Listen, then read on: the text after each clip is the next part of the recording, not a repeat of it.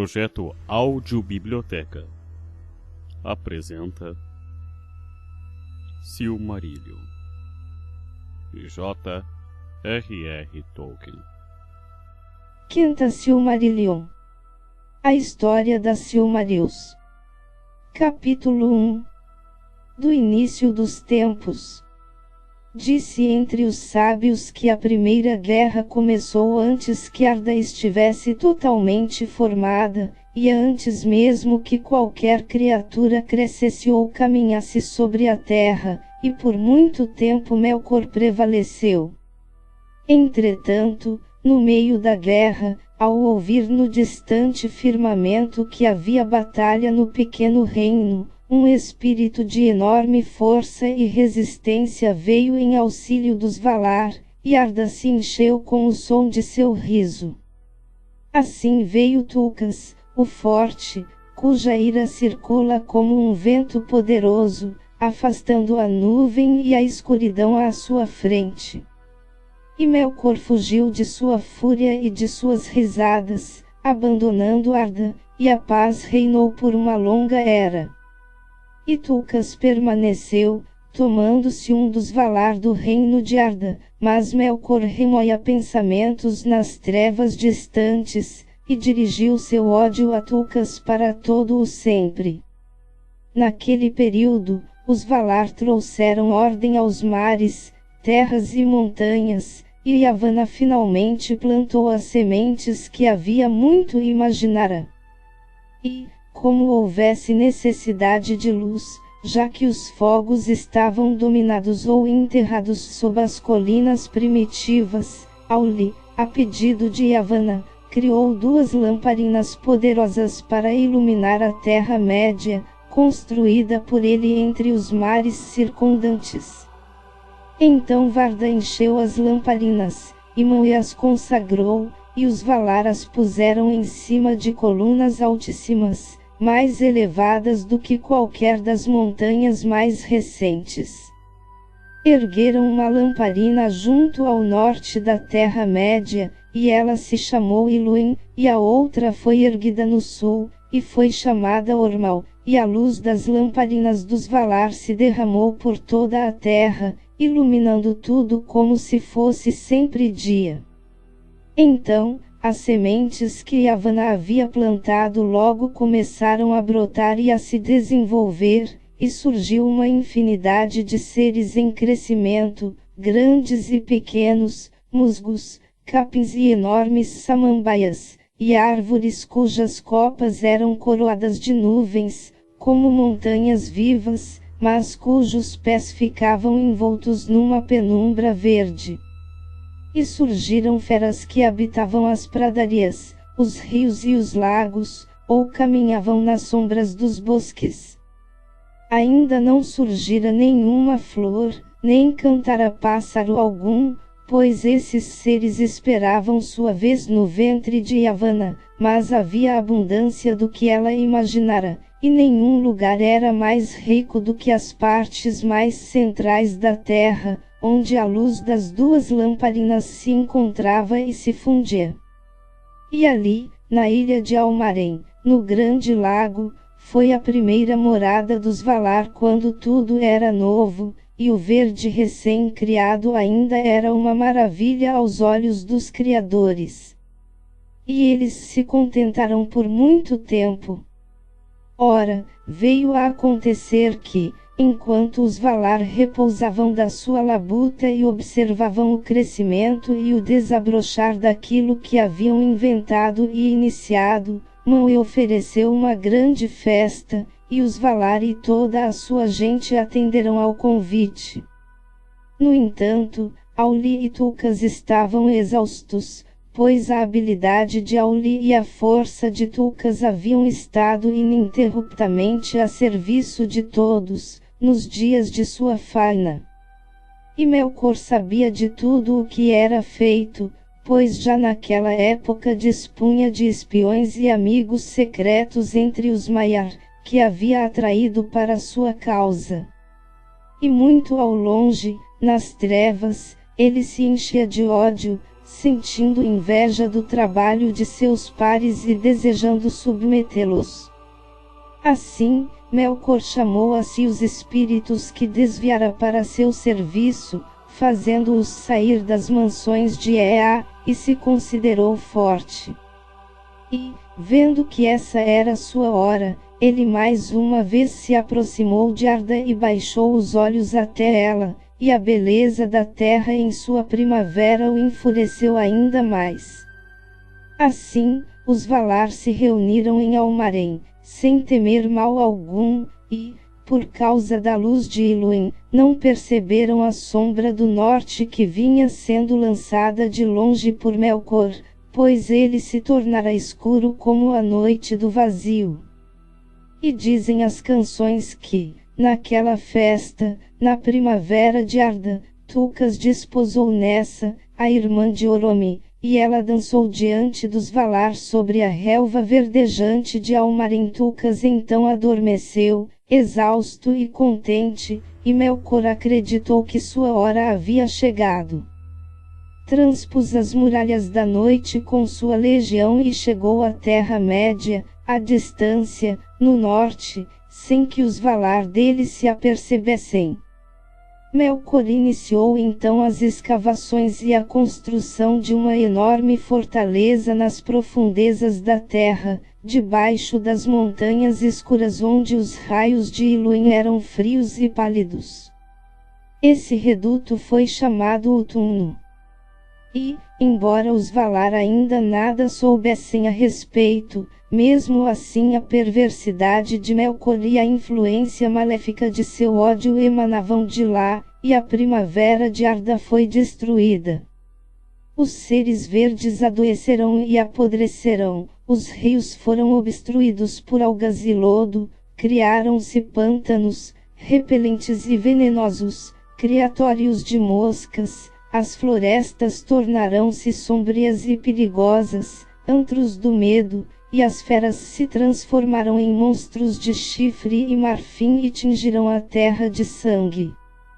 Os Valar tiveram então certeza de que Melkor estava agindo novamente, e saíram à procura de seu esconderijo.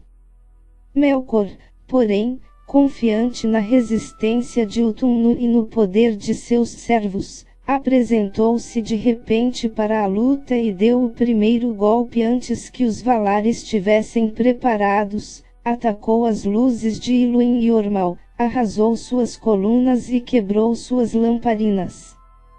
Quando as enormes colunas desmoronaram, terras fenderam-se e mares elevaram-se em turbulência.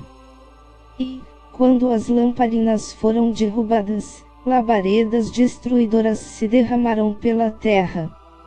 E a forma de Arda, além da simetria de suas águas e de suas terras, foi desfigurada naquele momento, de modo tal que os primeiros projetos dos Valar nunca mais foram restaurados. Em meio à confusão e às trevas, Melkor conseguiu escapar, embora o medo se abatesse sobre ele, pois, mais alto que o bramido dos mares, ele ouvia a voz de Manwë como um vento fortíssimo, e a terra tremia sob os pés de Tulkas. Chegou, porém, ao túmulo antes que Tulkas conseguisse alcançá-lo, e ali permaneceu escondido. E os Valar não puderam então derrotá-lo, já que a maior parte de sua força era necessária para controlar as turbulências da terra e salvar da destruição tudo o que pudesse ser salvo de sua obra. Depois, eles recearam fender novamente a terra, enquanto não soubessem onde habitavam os filhos de Ilúvatar, que ainda estavam por vir num momento que desconheciam. Assim terminou a primavera de Arda. A morada do Valar em Almarém foi totalmente destruída, e eles não tinham nenhum local de pouso na face da terra. Por esse motivo partiram da Terra-média e foram para a terra de Aman, a mais ocidental de todas, junto aos limites do mundo, pois seu litoral oeste dá para o Mar de Fora, que é chamado pelos elfos de Equiaia e circunda o reino de Arda. A extensão desse mar ninguém conhece a não ser os Valar, e, para além dele, ficam as muralhas da noite.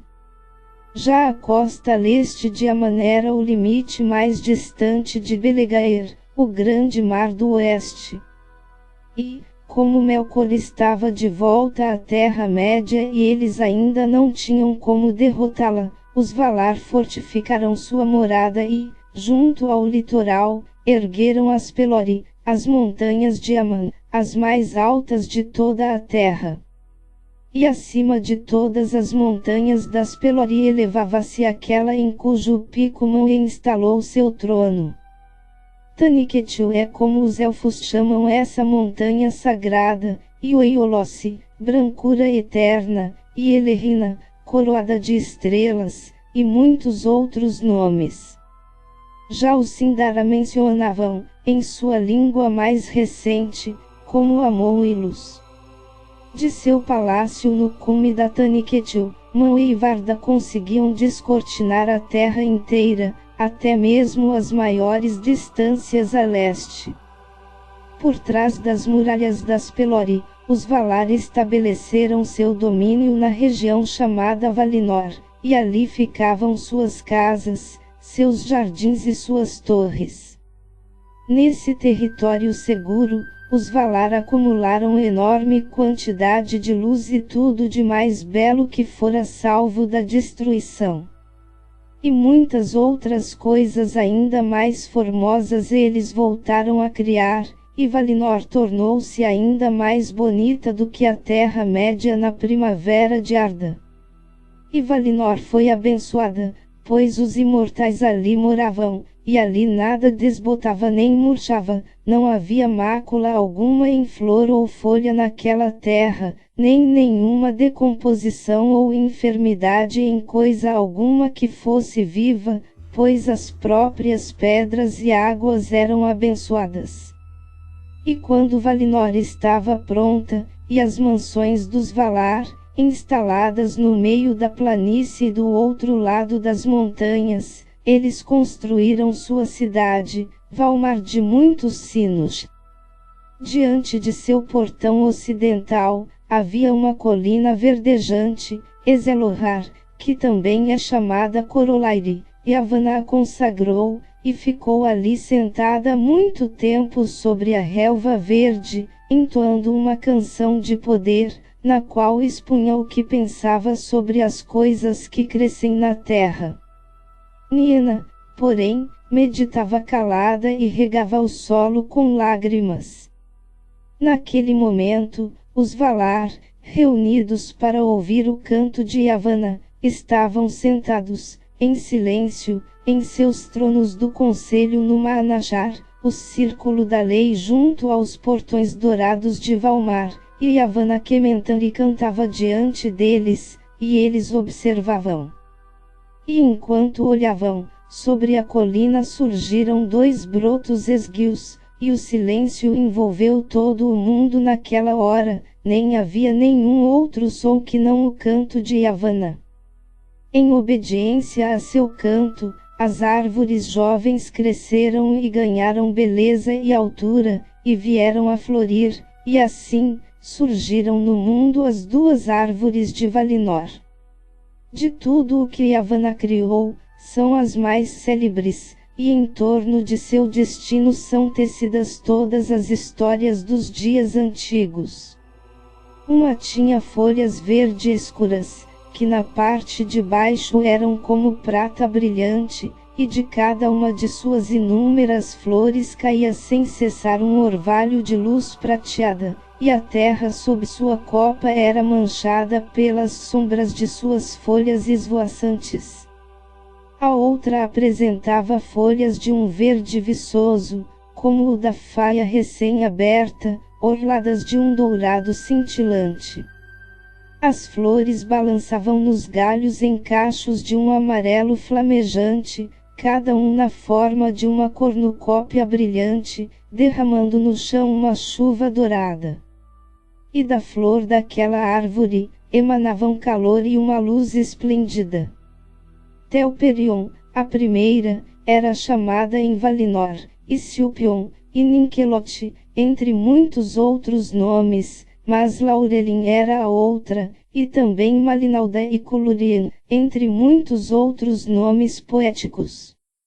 Em 7 horas, a glória de cada árvore atingia a plenitude e voltava novamente ao nada, e cada uma despertava novamente para a vida 1 hora antes de a outra deixar de brilhar. Assim, em Valinor, 2 vezes ao dia havia 1 hora suave de luz mais delicada, quando as 2 árvores estavam fracas e seus raios prateados e dourados se fundiam.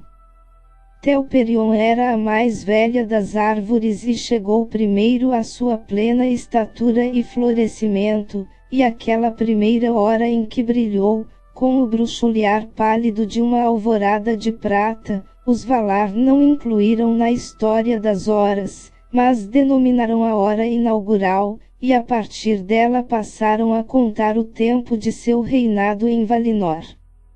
Portanto, a 6ª hora do primeiro dia, e de todos os dias jubilosos que se seguiram, até o ocaso de Valinor, Telperion interrompe a sua vez de florir, e na 12ª hora, era Laurelin que o fazia. E cada dia dos Valar em Aman continha 12 horas e terminava com a segunda fusão das luzes, na qual Laurelin empalidecia, e Telperion se fortalecia. Contudo, a luz que se derramava das árvores persistia muito, antes de ser levada para as alturas pelos ares ou de afundar terra adentro. E as gotas de orvalho de Telperion e a chuva que caía de Laurelin, Varda armazenava em enormes tonéis, como lagos brilhantes, que eram para toda a terra dos Valar como poços de água e luz. Assim começaram os dias de bem-aventurança de Valinor, e assim começou a contagem do tempo. Porém, enquanto as eras se aproximavam da hora estabelecida por Ilúvatar para a chegada dos primogênitos, a Terra-média jazia numa penumbra sob as estrelas que Varda havia criado nos tempos remotos da sua labuta em Ea.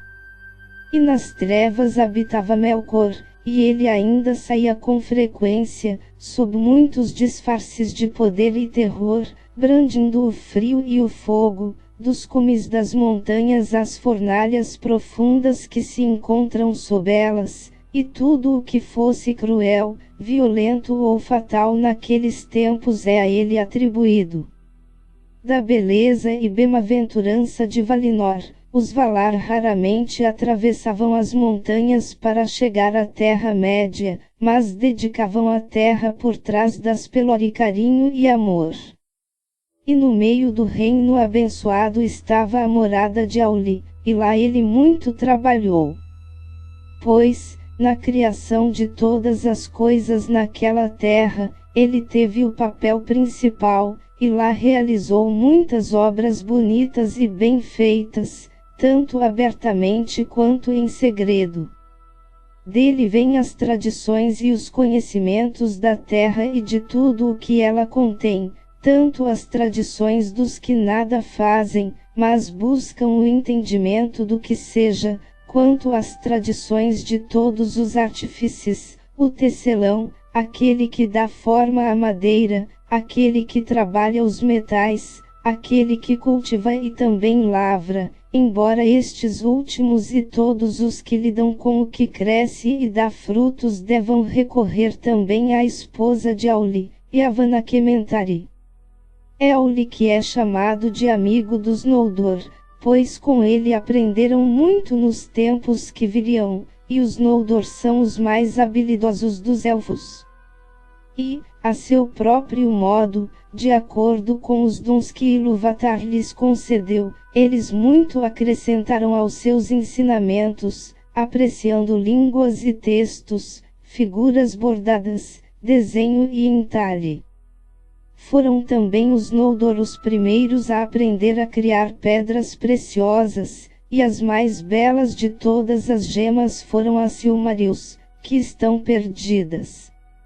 Muesulimu, o supremo e mais sagrado dos Valar, instalou-se nas fronteiras de Aman, não abandonando em pensamento as terras de fora.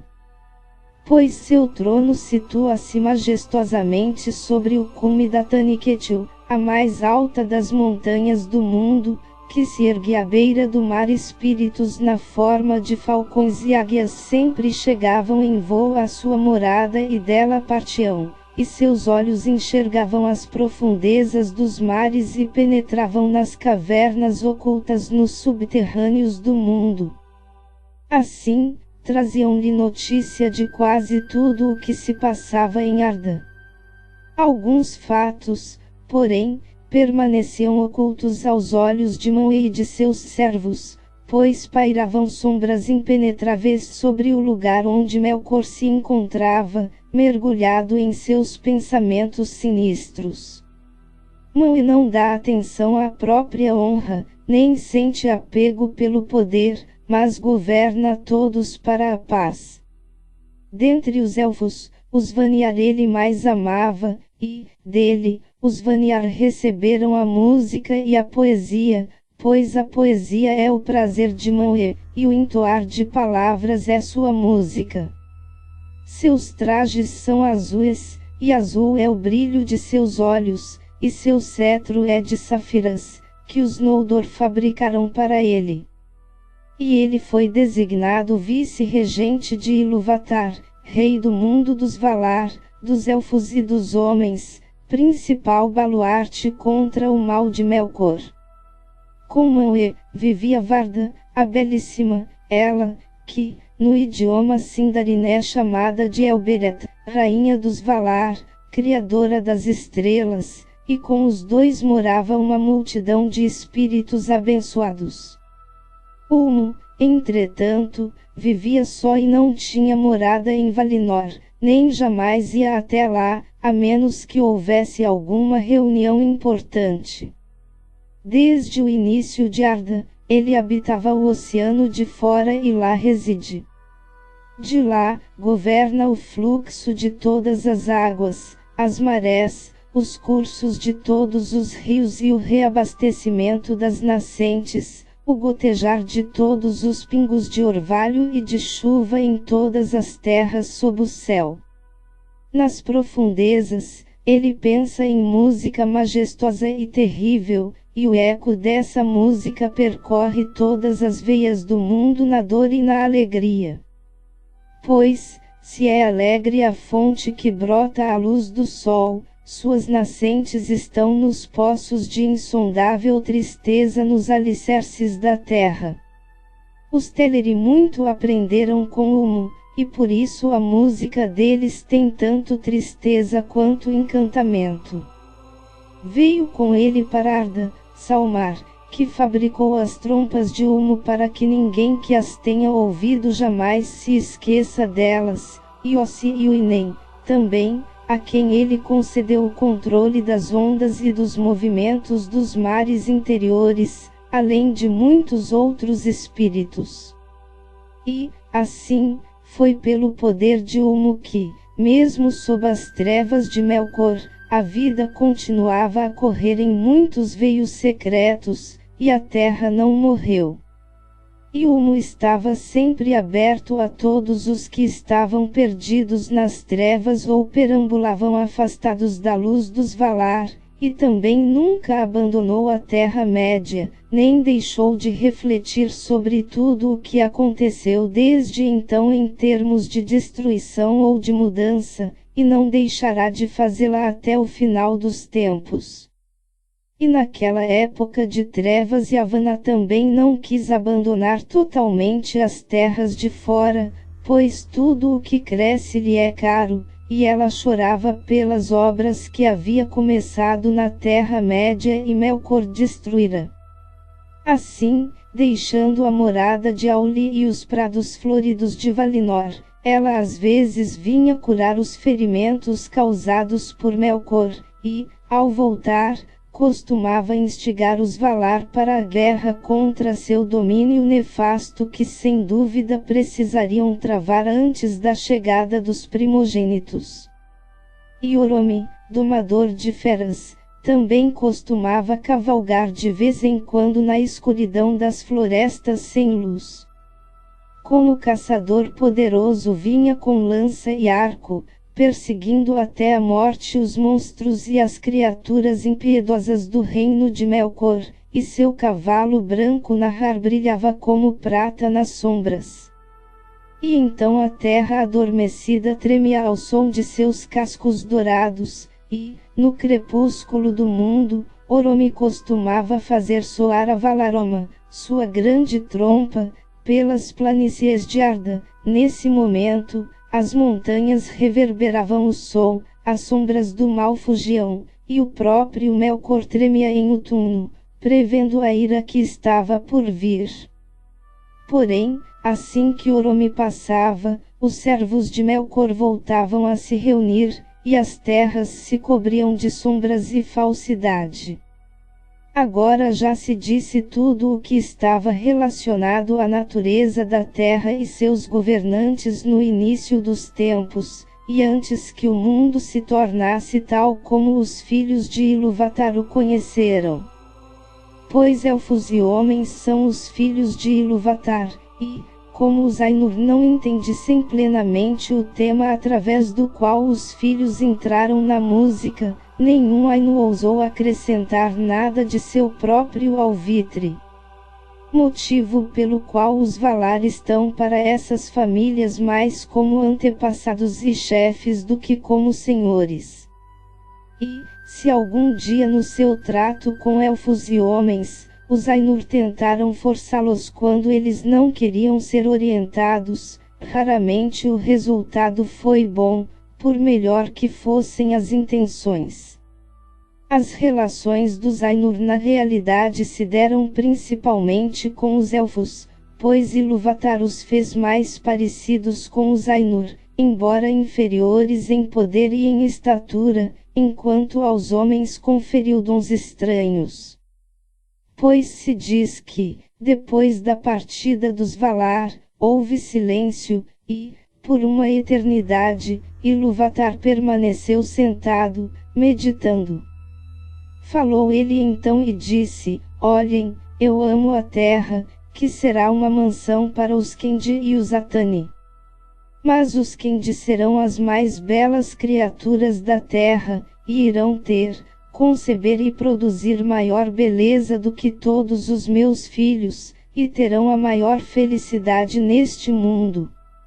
Já aos Atani concederei um novo dom. Ele, assim, determinou que os corações dos homens sempre buscassem algo fora do mundo e que nele não encontrassem descanso, mas que tivessem capacidade de moldar sua vida, em meio aos poderes e aos acasos do mundo, fora do alcance da música dos Ainur, que é como que o destino de todas as outras coisas, e por meio de sua atuação tudo deveria, em forma e de fato, ser completado, e o mundo seria concluído até o último e mais ínfimo detalhe. Ilúvatar sabia, porém, que os homens, colocados em meio ao torvelinho dos poderes do mundo, se afastariam com frequência do caminho e não usariam seus dons em harmonia, e disse: esses também, no seu tempo, descobrirão que tudo o que fazem resulta no final em glória para minha obra. Contudo, os elfos acreditam que os homens costumam ser motivo de tristeza para Manwë, que conhece a maior parte da mente de Ilúvatar. Na opinião dos elfos, os homens são mais parecidos com Melkor do que com qualquer outro Ainur, embora Melkor sempre os tenha temido e odiado, mesmo aqueles que lhe prestaram serviços. Inclui-se, nesse dom de liberdade, que os filhos dos homens permaneçam vivos por um curto intervalo no mundo, não sendo presos a ele, e partam logo, para onde, os elfos não sabem. ao passo que os elfos ficam até o final dos tempos, e seu amor pela terra e por todo o mundo é mais exclusivo e intenso por esse motivo e, com o passar dos anos, cada vez mais cheio de tristezas. Pois os elfos não morrem enquanto o mundo não morrer, a menos que sejam assassinados ou que definhem de dor, e a essas duas mortes aparentes eles estão sujeitos, nem a idade reduz sua força, a menos que estejam fartos de 10.000 séculos, e, ao morrer, eles são reunidos na morada de Mandos, em Valinor, de onde podem depois retornar. Já os filhos dos homens morrem de verdade, e deixam o mundo, motivo pelo qual são chamados hóspedes ou forasteiros. A morte é seu destino, o dom de Ilúvatar, que, com o passar do tempo, até os poderes hão de invejar. Melkor, porém, lançou sua sombra sobre esse dom, confundindo-o com as trevas, e fez surgir o mal do bem, e o medo, da esperança. Outrora, no entanto, os Valar declararam aos elfos em Valinor que os homens juntarão suas vozes ao coro na segunda música dos Ainur, embora Ilúvatar não tenha revelado suas intenções com relação aos elfos depois do fim do mundo, e Melkor ainda não as tenha descoberto.